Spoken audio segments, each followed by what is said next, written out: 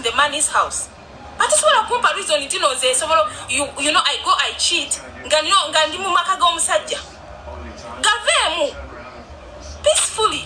Gendo cheating genda nawo yagala omuntu omulala. Ate abakazi kyatonde bwa tuswala olw'emibiri gyaffe. Kati omuntu nga Luwi right omwana wamusanga nga ali mu kugamba nti women cheat for a reason nawe n'ensonga ze. Ng'omuwuliriza motivational speakers of nowadays bebano. Mugenda kudiba. I tell you, it's just a matter of time. Mumuwulire ekintu kye yatandise naye yatandise abagamba mugenda kudiba era akomekereza video nga abagamba mugenda kudiba because badibye nnyo essaawa zino abasajja be balina when you find such a woman she lives on to satisfying men's ego. Nti yasobya abasajja abaali bamuyinamu essuubi abaali bamwagala nti yatuuka ekiseera n'ategeera nti abakazi bwe buzibu naye yalemu okutegeera nti ye buzibu. I don't know if that makes sense. These women torture men with their bad behavior. You understand? Batuuka ekiseera nga bo tebakyakiriza mu bakazi bannaabwe because balowooza bo kyekizibu naye ne yeerabira nti ye yali film star mu relationship ye ne boyfriend we era ye yajeyonoonera. So they keep on believing that each and every woman's character is like theirs. You understand? So believing off satisfying men's ego. Basobya abasajja babakola ebintu by'ekisiru bingi. Kati omusajja gw'alina ssaawa zino abeerawo ng'alina kumulaga nti buli musajja kyakola kiba kituufu. That is why you find them in most cases supporting men each and every time and demeaning women's gundi.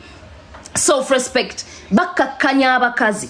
She's going to sit on a video 60 seconds long or 10 minutes long, telling you or preaching and telling you how bad women are because of their own what? Behavior towards men. Baisabu bya abasajja baba treating abubi we bafuna chance abasajja abalungi bazoonoona. Kati ogenda omusanganga n'omusajja gwali naye mbufumbo ali naye lwanaakola nti ankuze ntuuse myaka ankuze we naayonoona olowooza ani anaantwala ku gino emyaka. These are the type of women benjogerako. Oshegera nti bakoze abasajja ebintu bingi ebyakisiru. They find it so hard okulowooza nti a woman can actually behave good. A woman can have good character. You understand? So when it comes to a person like me, nze mukazi asinga okugamba bakazi bannange bawe emibiri gyabwe ekitiibwa. It doesn't make sense omusajja omu waakuvaamu n'omulala n'akuyingira n'omulala n'akuyingira. If you yourself don't respect your body, give relationships like time. You heal before nga tonnaba yingira mu kintu kirala. Naye bano abakazi we bati afuna obudde bungi n'afuna abasajja bangi abamwagala ne yeeraga ne yekola obusolosolo n'abeera mu competition z'abavubuka banne n'akola biki atuuka ekiseera n'akula nga kyasobola okugamba abakazi babi. Omugamba mukazi ky'omubi gw'omanyi naye nga buli saa agenda kubeera ku sayidi ya musajja ku ebyo ye byayisiza mu basajja alowooza buli mukazi waatyo waayise omusajja. And they are not to blame. Bwongo bwabwe bw'oyinza otunya n'ogaa kati ono ajjuzzaamu buugi. Some of you need to get a grip on yourself. Stop relating each and every situation gy'olaba mu bulamu ku ggwe.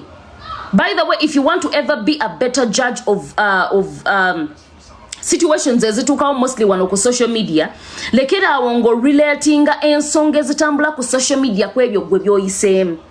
You understand? That is why nze wonandaba nga ntutte sayidi y'omuntu togenda kundaba nga muvuma obanga ndi biased gyali. Kati nga tuvudde ku bintu bya Mickey seems too funny. I just wanted to clarify that. Anti badde na bingi ebyokwogera these days. Tudde ku bantu abawa review ku Kampala cream. There is a girl I'm going to talk about specifically that used to get on my nerves nenga sina budde bwa TikTok. Paka we nagamba ndikola live ne mwogerako nga nfunye obudde. Kati obudde bwa TikTok nazeemu ne mbufuna be nabadde nkola byawedde. Ono mmola bamuyitaani Jemima, something like that. Jemima, what is your problem? Let me tell you, natandika olaba Jemima nga ndaba she's a very she's a girl ina potential. Zomanyi ndaba abaana bange ne mbasosinga eyo ne ngaba bambi this girl has a very big potential. Nga akyalina mu 14k nga content we ali ku muwala we. Ali ku mutabani wo omwana gwe yazaala banaye tell me about diaper. Simanyi I went and nga mulaba content we mpola mpola, but you understand. I don't know why but influencers abasinga temuyina bwongo buli independent. Ogenda sanga influencer nga supportinga Shiba because ayagala Shiba amulabe wafuuke chaliwe oba ayingire mu bantu Shiba basobola okwogera nabo. Naye nga tali mu kwogera byali mu kwogera based on the situation. Kati nalaba Jemima mu biseera ebyo nga yakatandika yali she used to adore Umramurungi. Era waliwo n'olunaku lwe yasiba enviiri ng'akutte ekidondi waati ekya paafu nga kirinako obuviiri obuvaako we buti n'agamba I did the Umramurungi hair. I was inspired by Umramurungi. All of a sudden, that same girl is coming out here on media atandise okuspreadinga hate ku Umramurungi because why? But influencers abamu muyina akasajja. Wolabanga influencer munna atandise okuyitako. You get ways to try tarnish her name so that you can either wekuba kweri side joli mu kuwolereza oba si kyekyo odda mu kifo ki nobeera ng'omuyitako. So I've been seeing Jemima's review on Kampala Cream and the way she has been bashing Umramurungi is like abadde ne hate oba abadde n'obukyayi ku Umramurungi obadde bwefumba for a very long time. Era yatandika kino ekintu ky'okubanga abantu batandika okulaba Umramurungi in a certain type of way. Naye ng'ekituufu kiri nti Maama Debu ye yatandika okusookereza Umramurungi. Nti yamusonkereza n'atuuka n'ekiseera omwana n'akaaba. Nti now that Umramurungi is retaliating, people are now bashing Umramurungi and they are saying she's a hater, she's a narcissist, she doesn't want people to be happy and etc. I find it so weird. Nti omuntu eri awanyeko Umramurungi sometime back. Y'omuntu y'omu ali mu kumubashinga amulaga nti talina makulu. Atandise n'okwogera ebintu nga bane Umramurungi ayambala wigs za laisi zonna ziba zilaga lace. When you go to have videos, n'olaba Jemima's videos kwa account ye, talina wigi ya bei yonna gye yali aguzeeko. Wigi ze zonna zaali ziraganga lace ze we ziyitira. Tabeerangako na HD lace. Wigi ze zonna jazanga zina we zisaliza. You've done each and everything you're calling Umra. You've ever bleached yourself.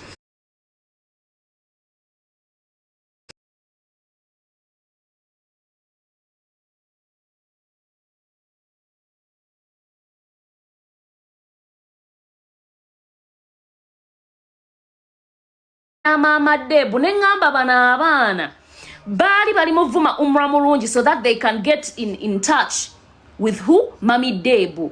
Bafuneka go akabatwala mu Kampala Cream 1 2 3 ogendo mulabanga ne bamulese mu Kampala Cream. And that is how social media is.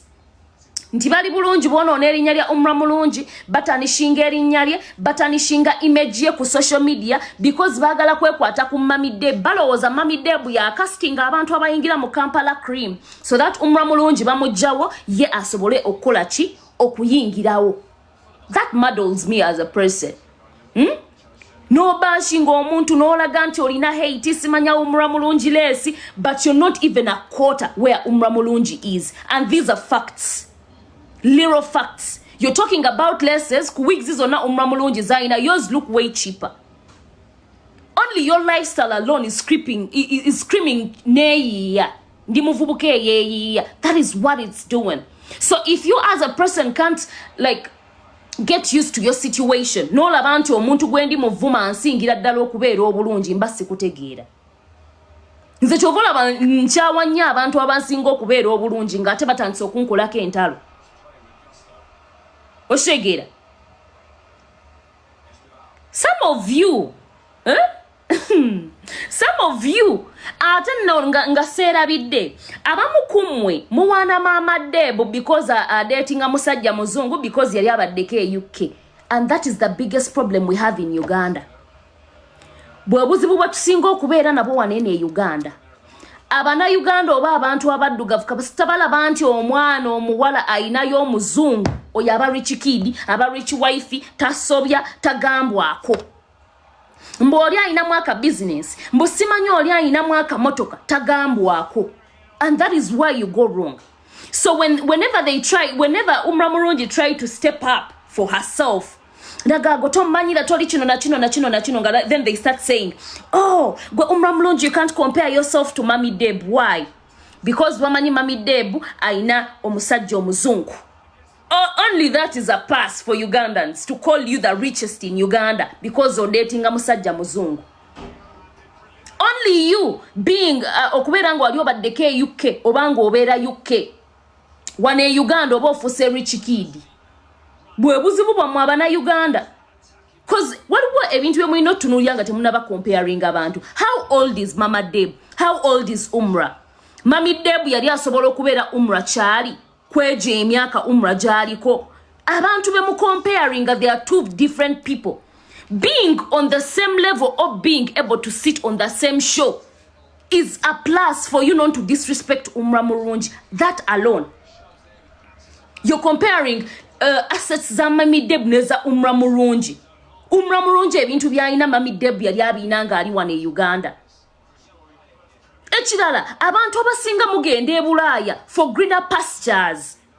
Kukola sente oli mukudiringa n'omuntu atannalemerera Uganda kugenda mu nsi zaabweru kutandika kuba kyeyo. Are you guys okay?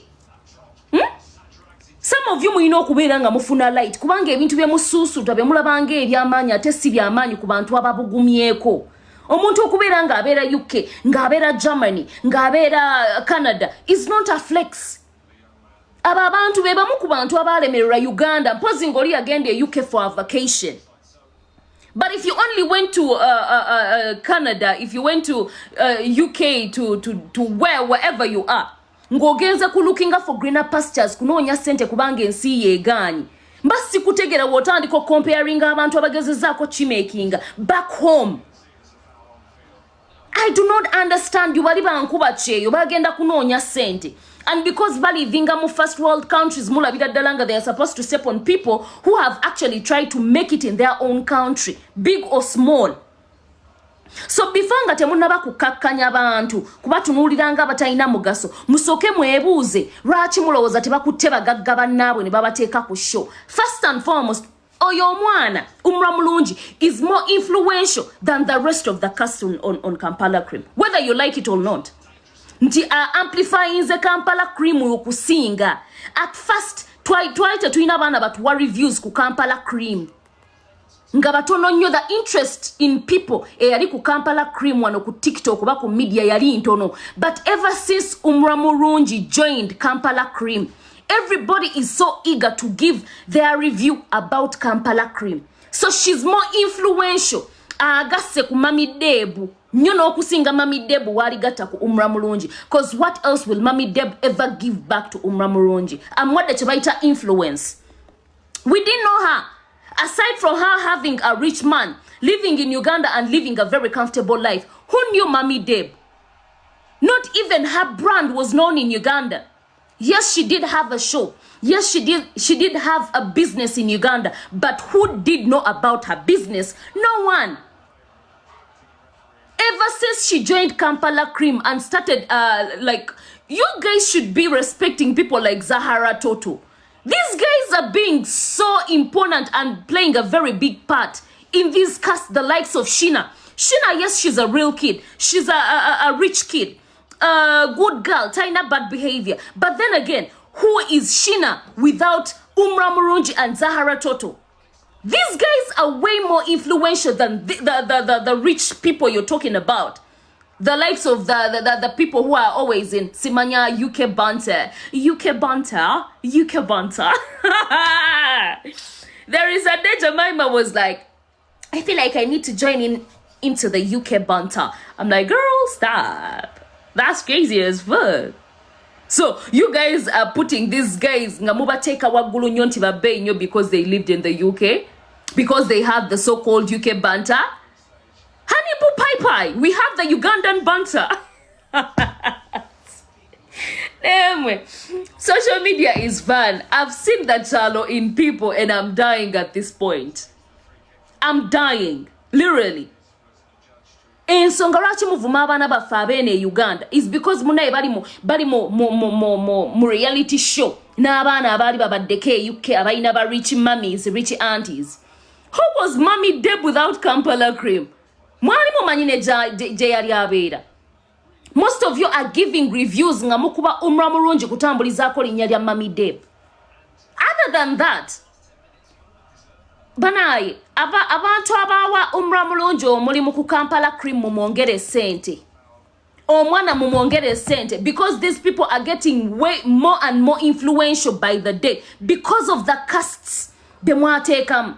You including umra mulungi on that gundi is a plus for Kampala cream, whether you like it or not.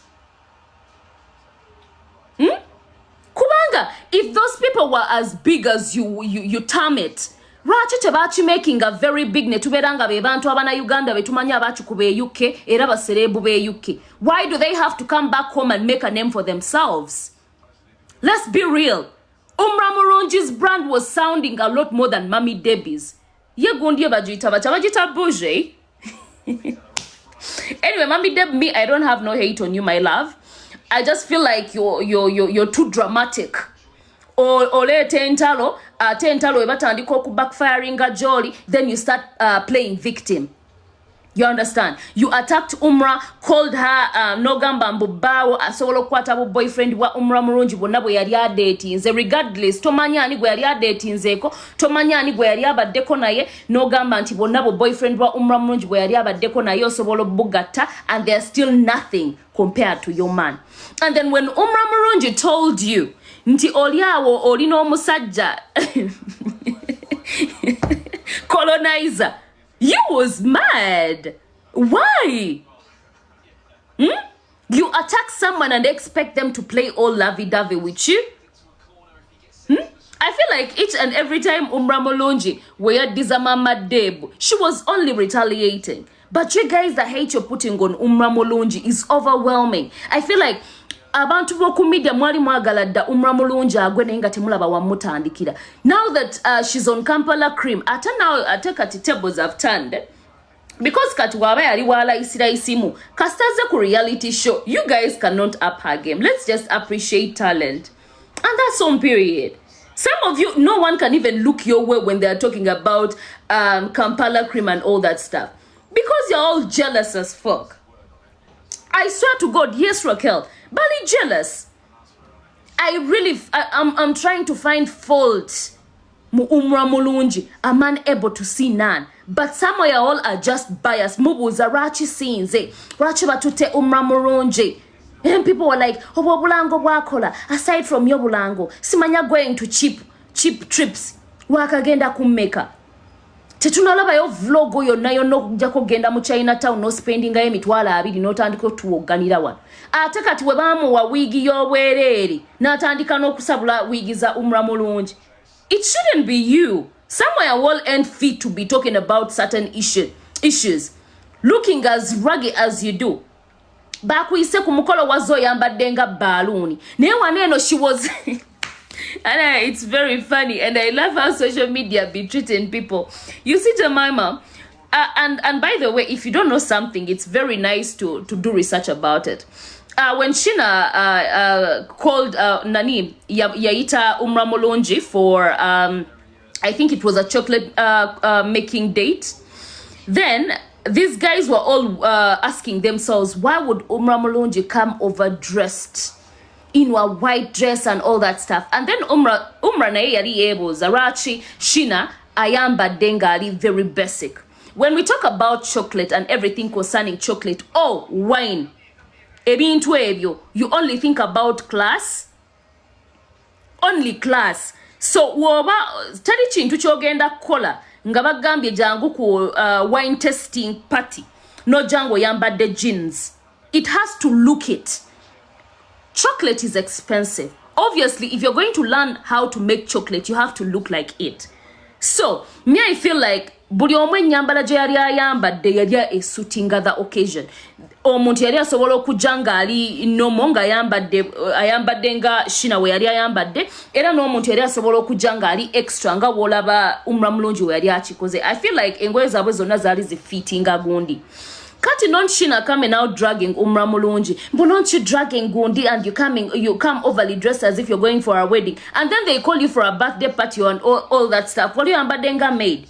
You wore a top ngolinga semo muka, and then the skirt was all over the place. I was looking at you and I was like, really? Are you for real, girl? And then people down the comment section are calling you food. Die. The only time you made a presence, Kumukolo, you try to dress and then they compare you to food, to our food. Like the Chamuliba Kalungu. The Chamuliba Kalungu girl? Oh my goodness. And you're about to face social media trolling. Toina Chawalabi. I feel like you guys should give other content creators who are trying to make it out there some grace.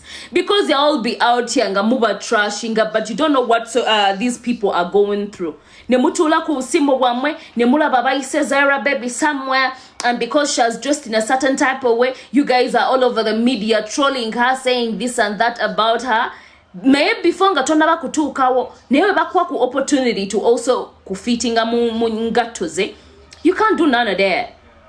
So I feel like muine nugo nyinji kubantu aba trying zo making akasente ku media, and you're all not going to make it up until you show those people some grace. Because okutuka yo ku obulango bwe bay sebo to influence big businesses.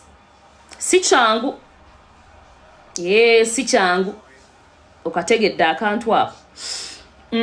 Kachaka lake mbadde njagala okwogera ko ng'ovudde kwebyo. I feel like Jemima wobo oli mukuwa analysis yo ku Kampala crime or anything else, lekera okulaga nti oli biased, showing hate on a person who has never done nothing to you, lowering credibility yo. You understand? If a person was to give you to upload you for giving for your analysis on media, tasobola chikola because olaganti we could be decide at all against you're holding a grudge on another party. Ngate, you know, it's just let us assume that Kampala Crime is a movie. You don't know none of the actors. You understand? You're giving your opinion based on the current situation or on the events that are happening in the movie or the series or anything. Why are you showing that you hate the other party more than the person who is actually supposed to interact with them? Mommy Deb is not that biased. But the people on here ku media, balaganti boba nyivu no kusinga Mommy Deb. Like they would eat a person. If they were in the same place with Umra Murungi, they would literally beat her up. You understand? So, show some grace. If you want people to credit you, oberenga oli worth, okuberanga tukuwuliriza, lekera okubera biased. You can say something and then stop trolling people because we all know what is going on. We all can see it. But you trashing someone because you want to be friends with Mommy Deb is lame as fuck. You showing that you don't have sides and then trolling whoever, Umra Murungi, blah, blah, blah, saying this and that. And then again, Mommy Deb saying that she's a good person and then interacting with people that are hating on Umra Murungi that bad and giving them audience and then welcoming them in her circle is lame. Because Alagida Dalanti, she's the one sending these people on media to troll Umra Murungi. You understand? It's not nice. It doesn't show the bouginess. It shows the ghetto. Yeah? And then again, let me talk about the ghetto-ness in Mommy Deb. I feel like Mommy Deb, again, the UK, of African bunji. First and foremost, her accent, it is not screaming UK like she says, but yes, she has ever lived there. Now, yeah, the multiple fights Zaba demo, they don't show the bouginess that she's talking about. Because in most cases, if you're that bougie, if a person ever throws a drink at you, you're literally gonna just walk away. You're like, I'm not having this. I'm out of this place. But if you also give out the same energy, Haribu Pai Pai, the bouginess in it. I feel like you're all on that Gundi, on that show, a ghetto. Okay? Hey, Mpuliranga Muri ghetto. That is it. And ghetto is nice. Somehow, somewhere, you have to give up that, you know, ghetto vibe and, yeah. Other than that, what else? siri ebyo badde njagala okwogerako leero baby. Bambi ababadde bagamba batusalira omusango nti fe abaanobezza omwana tu tetwaliyo nga banoba tetwamanya byatuukawo era analysis yaffe tugiwadde based on what both parties told us. We are not at fault. Okay? We are not at fault. So ncha supporting a girl child era girl child wanakera kumacha bash nangamba nti kumiki kwe sivanzi zeyo kufumba nja mugamba baby the heart wants what it wants. Go back and cook that food for Mickey seems too funny. We don't do no disrespect because we don't hold no grudge on Mickey seems too funny. We have to remain professional at the end of the day. Yeah. Tell him agenda controlling Mickey seems too funny because we don't know him on a personal level. That is why we don't do no insulting when giving our reviews on multiple events as media. If I'm to take a side, I'm going to give reasons as to why I'm taking one side and the reason as to why I'm not taking the other one side. We are not going to trash. But if a girl tells us that, you know what, I'm going back to Mickey seems too funny, I'ma tell her, girl, go get that nigga. And that's on period. Mushigedde. Chirala. Waliwo chirala. Okay. High bridge. Gamboja. Byebyo no bamada. By the way, Cindy yabaddeyo n'ekivulu. Cindy sanyo ebintu ngenda kwogerako bitono nga nze shibaholic. Watu kubye ekiyimba, I think this is one of the biggest songs oba oluyimba lwa collabo remix collabo oluyimba lwa collabo olusinga obunene Cindy lwe yali afunye mu bulamu bwe bwonna. I don't know why this time round Cindy tavuddeyo kugamba nti mwaguze views lwaki oluyimba lufunye 1 million views in 1 week nga bulijjo wagamba bashibaholiki as if it can never happen. So today they have one of the biggest songs in Uganda. Yeah. And I love that song so much. And she hasn't come out to say those numbers are bought. Because Taina yo luyimba rali dukubye million wadde in 6 months. Mu career ye yonna. I feel like this is one of the biggest collabos Cindy J yali afunyeko ngetambula bulungi, and I think it's topping charts mu bifo ebisinga wonna. Ochitegedde. Yeah, but seba mulabako nga agamba nti nga doubting the numbers oluyimba reluli mufuna. Go and check Lweyayimba. I'm in a dilemma to tell you the truth. I like 2 guys on the 2 of them. No, that song was very nice, but back in the days. Ate kwaliko very big artists. Buka. Naye kuno kuliko upcoming artist ne Cindy yeye nyini. Upcoming artist akoze bulungi nnyo ku luyimba, talazenti, tali mature vocally, lazenti, everything about that song is very nice. Given nti oluyimba luli lisobola tosobola comparing a dilemma ne luno oluyimba ra simanya party tonight something, I don't know the whatever the title. But because kwaliko abanene babiri, kwaliko Cindy herself ne kuberako ne Bobby Wine. At the time, bali bayimbi bamaanyi bonna babiri. So the song was big for a reason because rakolebwa abayimbi abanene babiri abatayisibwamu maaso. But when it comes to this song in particular, ludduse nnyo, lutambudde nnyo, people have loved the song. Ate nga kuliko omwana omu upcoming. So you cannot compare Dilemma ne Party Tonight. Hopefully that is the title of the song. Media of that time isn't the same as now. Could be, but then again you cannot dismiss the fact that Raimbe wabayimbi abanene babiri. Oshegera, see you tonight, see you tonight. So I feel like Cindy yafunya abantu congra to the syndicates, but then again waliwo misfortunes ezatuuse. I feel like Cindy nze nchigamba ng'omuntu yali akwagadde okuva mu buto nakyuka bukyusi. Waliko aido wange ngamba bannaye singa nayina eddoboozi nandibadde nyimba party tonight. Now Cindy looking to people abakwambaza. Sometimes waliwo ebintu bye tutayina kwambala because of our skin tone, and then waliwo ebintu bye tutayina kwambala because of our shape. omuntu yenna akkolera costumes zo asooka akutunuulira engeri gye wakulamu. Then sometimes waliwo kala ezitakujjaayo nga gwe sindi ssanyu. Ne zitakujjaayo nga wandinyumye nnyo singa oba tokoze bright colors nga ziri too much. You understand? Kati ngeyo costume gye wayambadde ya navy blue oba royal blue. I don't know if it was navy blue or oba royal blue. It was too much on you. It was all over the place. Then don't get me started with the outfit that you wore. Oba it was goldish. Oba it was yellow. I couldn't tell the color because of the filters and the people who recorded the whole entire show. But what I can say is that those costumes were too much. However much the whatever the concert was yours, they would have done better with colors that flatter your skin tone more.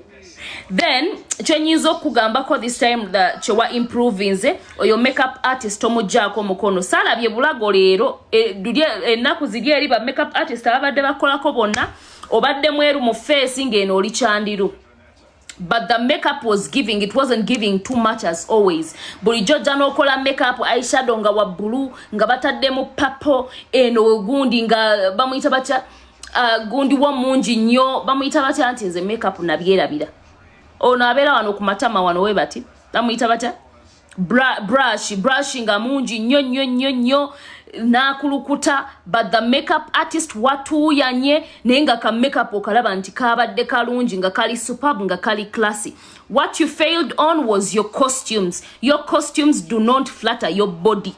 Your body shape and the colors zebakozemu costumes ezo zabadde tezimalaayo bulungi. So I was seeing the baby, the king herself, tukyuseemu ko kwawo. Okategedde my love, we love you, we love your music, but kyusaamu kaawo. Omuntu akolera costumes atunuulira ekintu ekiflatteringa your body shape and then your skin tone. Yeah. Luwi, did you enjoy baby Gloria's Mikolo? If a girl is happy, we are all happy. Yes, we were very happy for our girl. Nendaba no mukaze yavudde. What is wrong with women? I'm a girl's girl. Sometimes let me ask a question. Ng'omusajja oyo gwali odatinzeeko oba exiwo oba current husband, but I don't think that Jonas is your current boyfriend. Omusajja yena nga tannavaayo kufuna serebu, nga tannavaayo kufuna mukazi. Lwaki abakazi temuvangayo ne muclaiming oyo omusajja? I feel like most of the women, like the thing that happened ku oyo mukyala waani wano bawa chosen Becky. Mwabakazi mma musooka kulaba abasajja bano nga bafunye abakazi bembadde temubasuubira kufuna, then you come out claiming them. You come out claiming how hard you miss them. Nga mulaba nti abasajja bafunye abantu bembadde temubasuubira mu kufuna. Sometimes abakazi tweddeko. Njagala nnyo okulwanira girl child, but I look at a person. Nengamba mazima obadde owulira nti Jonas ali mu relationship n'omuntu. Lwaki of all time osoose ozze kuvaayo nga bagenda mu mikolo? Simanyi omwana waffe akumiisinga, okaabya amaziga, wookola otya. You guys. Someone is saying the sister's speech was giving shady though. No. I feel like mwe bantu mwa basinga temwakulira wali love. Mulimu olu African lungi nnyo. And I feel like those kids, the baby Gloria and her sister, tebaba kuzanga ffe we batukuza. Nze nange wento when nakula. I feel like they understand their energy. Waliwo omukyala gwe nalaba nga trollinga baby Gloria nga amugamba muganda we yanyuma nnyo ku mukolo gwo okusinga. I love the energy baby Gloria is giving off. It is not giving off you're better than me. It is not giving off I'm jealous of you. There are sisters who want their sisters to be looking all raggy nga balabika bubi. Okubeera nga baby Gloria leka sister we na shining ku mukolo gwe, it is a plus. Abamu kumwe mubeera ne ba metron nga mwagala bambala ebintu nga biri dull, mwagala bakole makeup nga ali basic. For baby Gloria aba alina confidence. Baby Gloria is confident enough okumanya nti my little sister cannot outshine me because she has won something better. And I believe omugole yali alabika nti mugole, and her dresses were also giving off metron. Lwakuba mwe abana Uganda mwamanyira basic things Try Nigeria. Nigeria ojayita abantu aboku mikolo otuke n'okulaba nga omukuba guests ayambadde costume oba olugoye olulungi okusinga omugoye lwayambadde, and the mugole won't even be moved. I feel like Ugandans are used to basic things, and that's why all were moved when it came to Baby Gloria. I feel like each and everything about Baby Gloria's mukolo was spot on. Absolutely. It was spot on. Now Ugandans are used to basic things. Yes. Muyino kubeerako naako kachi, muyino kubeerako neyo confidence. Baby Gloria jaina. Gwe munno n'obeeranga mugenda londa ngoye za mukolo ne mubeeranga mugamba banaye metron nga mufunidde colors ezishining ennyo. Those colors shine too much. Banaye those colors are too much. Mufunire bikala nga biri dull. I love the fact that Baby Gloria aleka muganda we na shining nga nanyumirwa omukolo. Omuntu n'avanga mbadde kituufu metron ayagadde kyayambala ng'omukolo buli omu agunyumirwa nga metron ta feeling a little bit down. Muleeta bannammwe baba metroni bammwe omuntu omusabe okubeerera ku mukolo n'oyagala ayambale ebisiimuula, n'oyagala ayambale ebigomesi ebiri ddala ebitanyuma. Muyigire ku Baby Gloria. Can we share Jonas as you guys? That is what I'm trying to mean, Benti. Can we share Jonas? Because alaganti yene Jonas baina connection eri very nice. It is very nice for your family to be bonding with your man in that manner.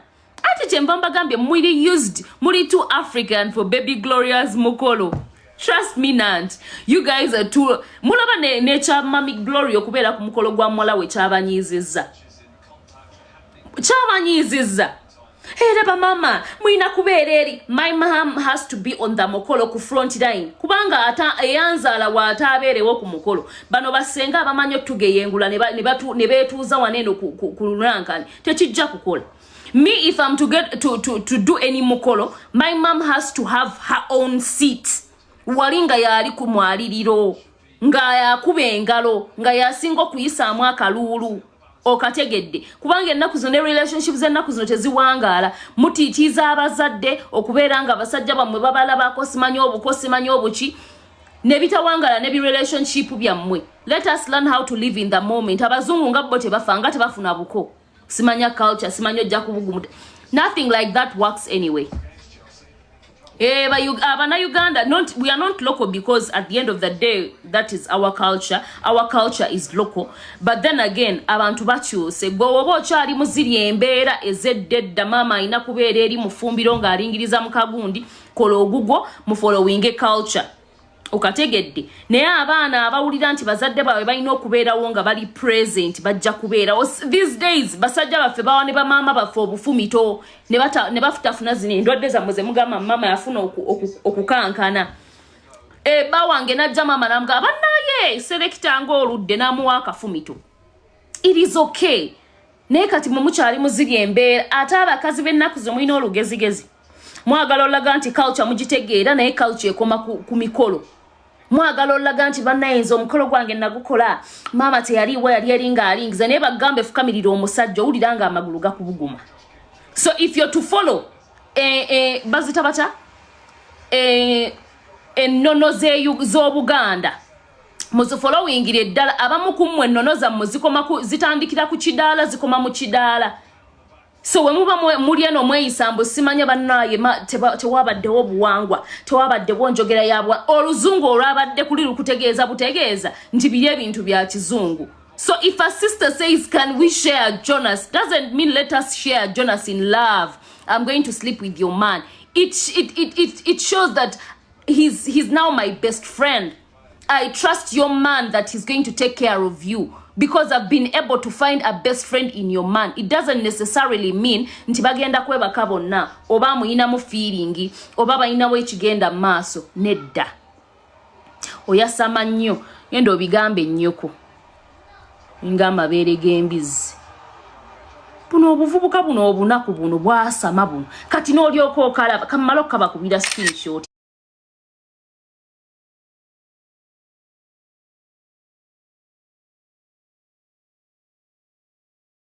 But gwoli dunanka adda kamalo kabalagako bwe butalina mpisa bwe bwasama bwe buvuma abantu tebabuulirira ojja kasanga nga kanyiigidde omukazi okubanga yavuddeyo n'agamba omusajja nkola kino nga ssebo nako kaagala kafuna obwogerero kambadde bisaatisaati bino eby'ebbiri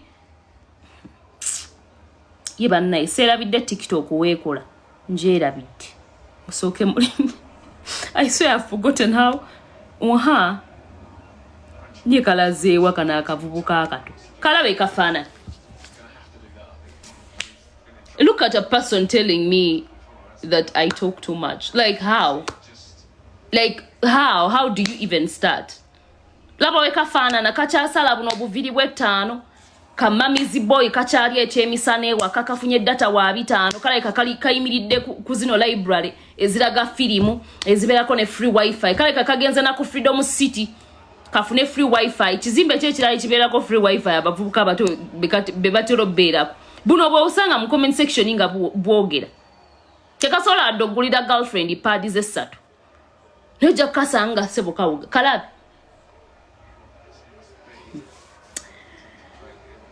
buno obwana obuto bunsanyusa kawogana sebo nako kaagala kusajja lata. Look at men that are down the comment section insulting Bash.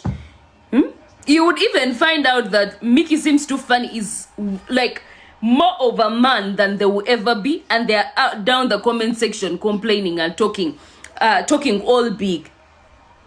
Gambala go obusajja obwabadde mu comment section yoyo Queen Lati simanya bamuyitani oyo mwala gwembadde mbalaga wano amalola be erinyere kuko mugenda laba chemba gamba Rashida Queen kamubalage wano Rashida Queen alabika obulamu bwaliko buli on a budget kamulabe wano Rashida Queen tebeekoleza ku basajja beerese batyo Rashida Queen nawe omukazi omukulu wootyo okyeyita amannya weegato Rashida Queen kati gwe Queen oli agazaati weeyite namasiko weeyite nabbogodo weeyite nabikola weeyite narooga era gwe omukazi ayina empisa kikyokola ku TikTok nze banne munsobera kwagala kukolera bintu bisesa wano mwasomerebwa oli mu buliri oli mu kinight oyagala kutusomesa bufumbo kino obufumbo bawa akikiriza kino bino bawa abikiriza kubanga abantu abamu bino bagenda gwamu ekiyitibwa ekidumusi. No, and by the way, on a serious note, waliwo emyaka egimu nga temukyalina kukola bintu bimu. Ayogera ayagala kubuulira baana ba buwala ali mu buliri omukazi omufumbo simanyi video yali agirecordinga saawa mmeka ali mu binaiti wabula ayagala kubuulira abakajo ani gwogenda obuulirira akuwulire Baby Rashida ani gwogenda obuulirira akubuulirire nga ogwa ku motivational speaker nga Luwi nga agezaako to explain herself kambala gwo busajja ono yagambye Luwi Mawaya mulaba omutwe kalona ayina amaanyi agalabirira omukazi ono mulaba ekyenje kikoma laba ebisaati byayambala nga lwaki tawagire Mickey seems too funny kuba akimanyi Mickey seems too funny musajja nnyo okumusinga buno we busajja bwosanga nga buvuma abakazi kambulabisi mulabi omusajja akyemwolera ku bimuli mulabi bano be bano abasajja betuli mu ssaawa zino alabika alina omukazi sugar mami yamuwa bano nga bava kubeera abasajja kati bafuuka bakazi bannaffe yeekubye ekifaananyi yeemodde weemola kyabasajja bakola bino nno be bali mu comment section ya simanya Rashida bamuhypinga Kamala asala n'akasige n'akasanirire okalaba akasige kenti kasanirire basajja banne bali eri banoonya ssente kulabirira bakazi omulaba wasaniridde akasige n'akateekako ne line omulaba wuuyo ali mu kupozinga na bimuli kandabe ko gundi jawandiise sikyemalamu nayiga owulira babizibu byokka wuuno wano